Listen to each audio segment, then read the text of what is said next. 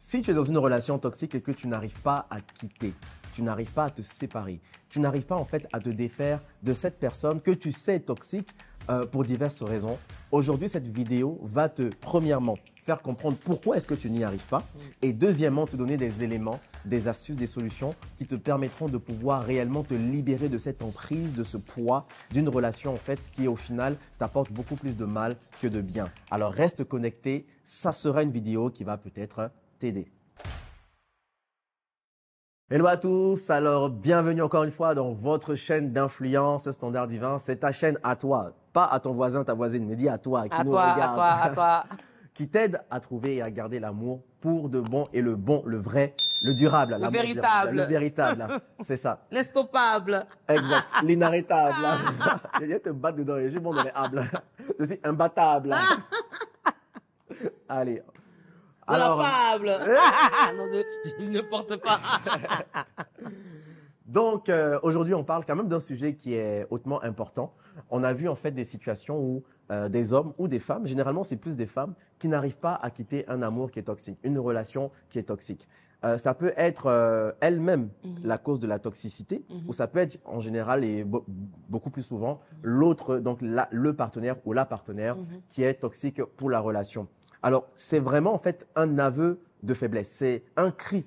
Les personnes n'arrivent pas à le faire. Vous voyez, tu n'arrives pas vraiment à quitter quelqu'un et tu peux rester dans une relation pendant des mois, voire des années. Des années, tu sais que ça ne t'arrange pas, hein, mais tu es là-dedans, comme tu dis, tu n'arrives pas à te détacher. Alors aujourd'hui, on va voir justement 3 éléments qui te permettront de pouvoir comprendre ce qui se passe et ensuite de prendre la bonne décision pour quitter la relation.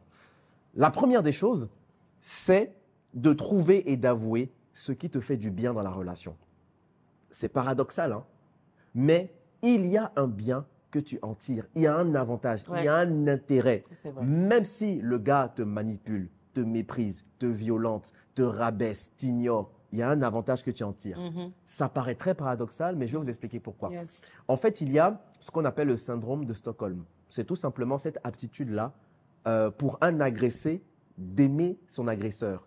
À force d'être en contact avec celui qui est l'objet de ta souffrance, à force d'être en contact avec quelqu'un qui te méprise, qui te rabaisse, qui te manque de respect, tu finis par développer une certaine forme d'affection, d'attachement, parce que c'est ta réalité. Tu t'es habitué à ce type de traitement. Et l'agressé que toi tu es finit par aimer l'agresseur. Donc il y a un point d'attraction.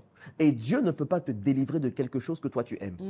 Dieu ne peut pas te faire sortir d'une situation qui t'a limité, qui t'a oppressé, tant que tu n'as pas avoué que voici la porte d'entrée qui me retient captive et que moi aussi j'ai toléré par mon comportement. Et peut-être pour ajouter à ce que tu dis, si l'agressé commence à aimer son agresseur ou bien commence à aimer les actes de l'agresseur, ça veut dire qu'à un moment donné, il n'a pas posé de limites. Mais si tu n'as pas posé de limites, ça veut dire que tu as un manque d'estime de toi-même. Et si tu as un manque d'estime de toi-même, ça veut dire que tu es blessé. Tout à fait. Dès le départ. Mais la plupart du temps, ce sont des personnes qui sont blessées, qui restent dans des relations toxiques parce qu'elles ne font qu'attirer des personnes qui vont les blesser. Exactement. Voilà. Alors, quel est le profit? Pose-toi la question. Avant de passer aux solutions et tout, de façon honnête, hein, qu'est-ce que tu en tires? Quel est le plaisir? Quel est le bien? Parce qu'il y a forcément un bien. Je te dis, si tu ne le trouves pas, tu es dans le déni. Il y a forcément un bien. Et je vais t'expliquer un peu avec ces différents éléments. Voilà. Un bien qui peut être bien. Un bien, mais qui n'est pas un bien au final. C'est ça. Voilà. Il y a un sentiment de soulagement qui te donne envie de rester dans la relation. Premièrement, c'est l'affection de la personne. Oui, parce que même les personnes les plus méchantes, au fond d'elles, ont une part de bien. La façon dont il te parle, la façon dont il prend soin de toi, la façon dont il est attentionné.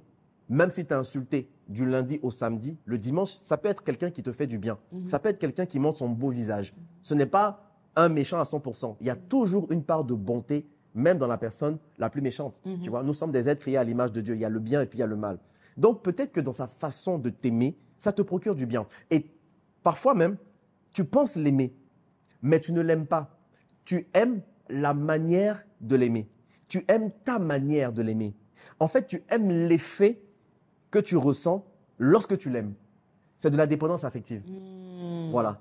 En fait, le soulagement que tu ressens là, lorsque tu lui fais des câlins, lorsqu'il te fait des câlins, le soulagement que tu ressens lorsque tu pratiques ton langage d'amour. Quand tout va bien. Quand tout va bien, c'est ça qui te fait du bien en réalité. Tu vois? Mais tu n'aimes pas la personne en soi. Tu aimes tout le bien que cette personne te procure par son comportement ou toi-même ton langage d'amour. Et il faut avouer que quitter quelqu'un qui nous fait du bien lorsqu'on a un vide affectif en soi, ça fait mal. C'est pour ça que très souvent, ces personnes-là, vous allez voir, vous allez parler de votre problème à beaucoup de conseillers, beaucoup d'amis, beaucoup de pasteurs, mais au final, vous ne cherchez pas une solution pour quitter. Vous cherchez en fait un moyen de vous exprimer. Voilà, c'est différent.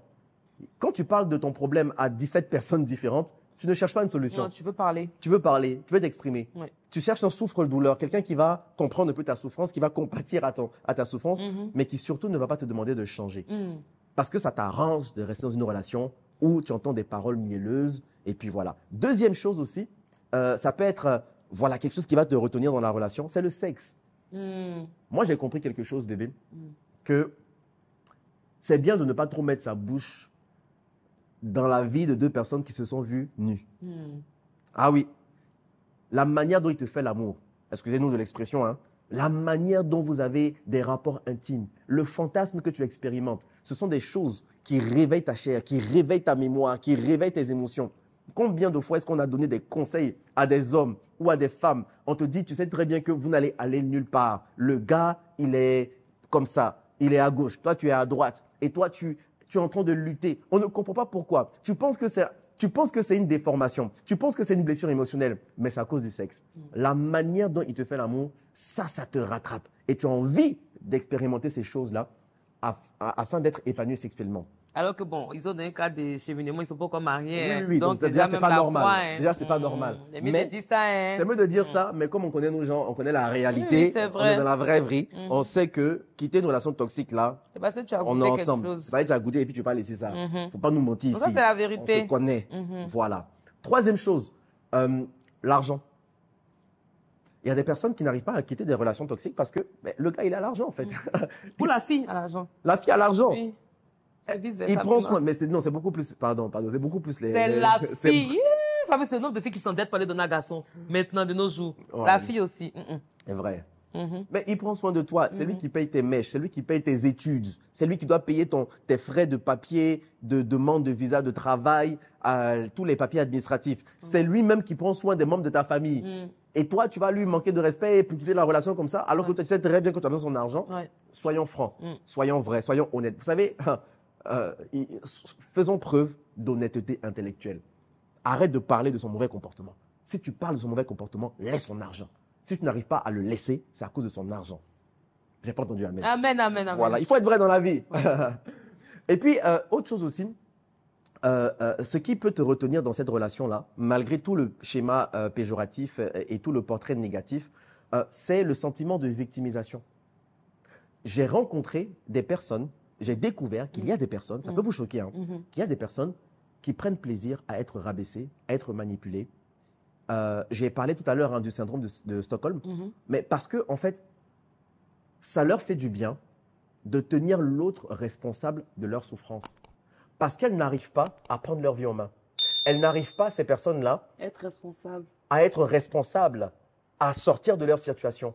Tu vois, dans le triangle de Karpman, on va voir trois entités. Et la position de la victime, c'est une position qui va être alimentée à chaque fois qu'il y aura un bourreau, il y aura un méchant dans l'histoire.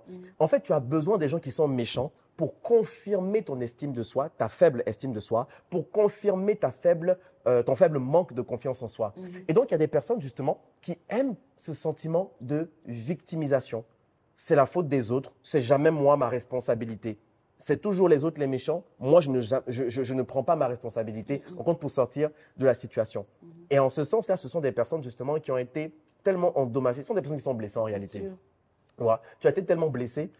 Tu es né dans une famille déséquilibrée, dysfonctionnelle. Autour de toi, tout est dysfonctionnalité. Tu entends seulement des mariages dysfonctionnels, déséquilibrés. Et voilà, donc ton âme ne prend que plaisir à ce à quoi elle était exposée. Donc pour toi, tu ne fais pas la différence entre le bien et le mal. Non, pour toi, tu te dis, je préfère aller dans quelque chose que je connais plutôt que d'aller dans un inconnu, dans un monde inconnu qui peut être meilleur. Tu vois? Et finalement, bizarrement, qu'il y a des fois des aspirations, hein, des aspirations profondes et conscientes. Voilà. Donc, ce premier cas de figure concerne des personnes qui sont blessées, des personnes qui sont immatures. D'accord? Deuxième élément qui va vous permettre de pouvoir justement sortir de cette relation toxique, c'est au final de dompter la peur de blesser. Là, ça concerne des gens maintenant qui se disent, OK, j'ai fait cette analyse-là. Standard divin, tu viens d'expliquer effectivement les choses qui me retiennent. Il y a d'autres éléments, hein, la peur de rester célibataire, il y a d'autres éléments. Mais je sais ce qui me retient dans cette relation. Je sais pourquoi est-ce que je n'arrive pas à prendre cette décision. Mais c'est difficile maintenant de la prendre. J'ai accepté. Je renonce à ces choses-là qui me retiennent encore. Mais c'est difficile en fait. Pourquoi? Parce que je ne veux pas blesser l'autre. Je ne veux pas. Parfois, tu te rends compte que c'est toi la personne toxique. Et puis, rompre une relation, ça fait mal. Ça fait mal. C'est la moindre des choses en fait. Ouais. Je veux dire, le contraire serait même anormal. Le contraire serait cruel. Ça veut dire que tu n'as pas aimé cette personne. Tu vois? Parfois, il y a des conversions qui sont difficiles à négocier avec les relations amoureuses. Ouais. Tu te convertis, tu as d'autres aspirations, tu as d'autres désirs, tu as une nouvelle vision et tu rompes la relation comme ça, comme un coup de tonnerre avec ta copine ou ton copain et tu n'as pas mal. C'est pas bien. C'est pas bien. Il faut gérer les sensibilités aussi des personnes. Donc oui, il y a des personnes qui, par peur de blesser l'autre, parce qu'au final, tu te dis, je sais qu'on ne peut plus avancer ensemble. Je sais que je dois évoluer seul. On n'a pas la même vision de vie. On s'est déjà trop détruit et tu n'arrives pas à prendre ces décisions par peur de blesser l'autre. Alors, pourquoi cette peur de blesser-là, elle est réelle? Parce que celui qui va partir va être le méchant dans l'histoire. Dans l'inconscient, dans l'imaginaire collectif, celui qui arrête est le méchant. Pourquoi? Parce qu'on a construit quelque chose. On a démarré quelque chose, on a eu une aventure ensemble. Et c'est toi qui dis fais. Et c'est toi qui mets la fin. La raison, c'est que la plupart des gens viennent blessés dans une relation et ne viennent pas avec une bonne éducation amoureuse. Et donc, inconsciemment, ils vont venir avec la peur du rejet, la blessure de l'abandon, la blessure de la trahison, l'injustice. Et ils vont se dire, mais oh, tu arrêtes la relation? Regarde ce qu'on a construit. Regarde ce que j'ai fait pour toi. Tu m'abandonnes. Regarde, j'avais des projets, je voulais qu'on achète une maison ensemble. Je t'ai présenté à mes parents, je t'ai présenté à mes amis. Et là, donc, je t'ai fait confiance et donc tu viens trahir cette confiance. Tu vois, la blessure de la trahison. C'est de là que viennent justement les chagrins d'amour. Donc, le partenaire en face de toi ne va pas se demander si cette décision est réfléchie. Il ne va pas en fait se questionner sur la maturité de la décision. C'est l'effet que cette décision va faire qui va être pris comme de la traîtrise, comme du rejet, de l'abandon. Alors qu'il y a des décisions qui font mal, mais qui font au final du bien. Amen. Donc, cette peur-là de blesser, elle est réelle. Mais je veux te dire quelque chose.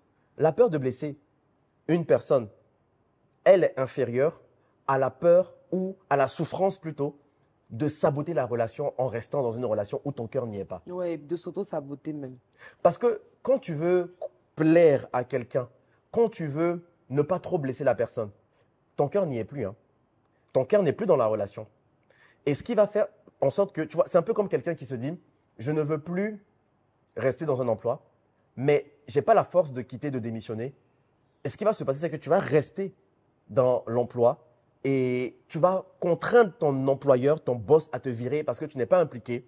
Donc là, tu sabotes non simplement ton propre travail, les clients vont prendre un coup et les collègues aussi, les objectifs de l'équipe au final ne vont pas être atteints. Mais même toi-même aussi, parce que tu n'es pas satisfaite quand tu y vas. En fait, c'est un manque d'estime de soi. Quand tu n'es pas dans une relation, quand ton cœur n'y est pas, ton esprit n'est pas, ton mental n'est pas, tu vas saboter la relation et tu vas remettre même, tu vas créer un manque de confiance, des doutes, des questions. Parce que l'autre personne se dit, mais c'est quoi le problème en fait? Je fais si, c'est comme si tu n'es jamais satisfait.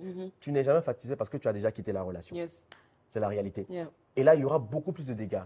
Donc oui, dompte la peur de blesser. Il y a une souffrance qu'il faut accepter en quittant. La personne aura mal, il faut la respecter. Et en même temps, blesser. Oui, il faut partir pour le bien. Voilà. Et il faut éviter surtout d'être avec elle. Il y a des personnes qui ont dit, bon, ok, on se sépare, mais en même temps, on peut rester ensemble. Ça, c'est quoi? Non, c'est pas bien.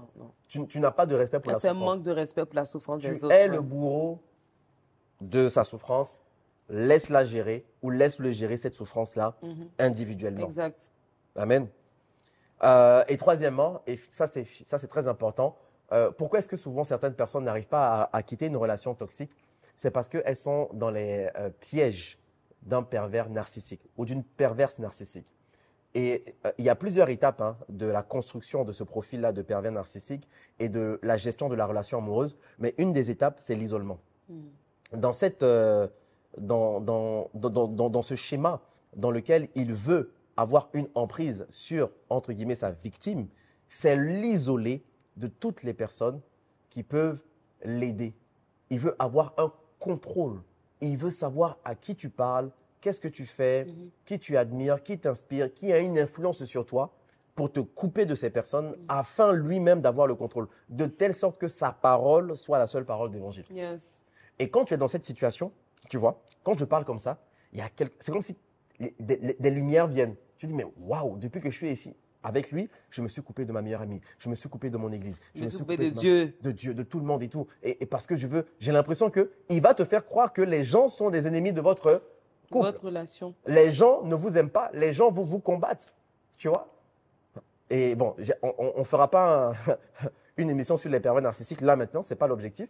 Mais ce qui va te sauver, c'est de demander de l'aide.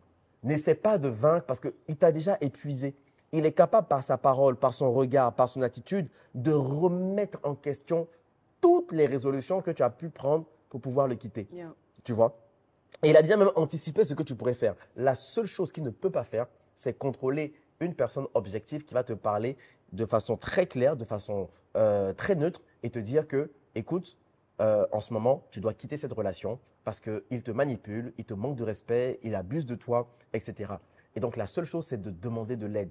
Parle à des psychologues, des coachs, des pasteurs, des personnes qui sont avisées et qui s'y connaissent et qui peuvent vraiment t'aider. Oui, des personnes matures. Voilà.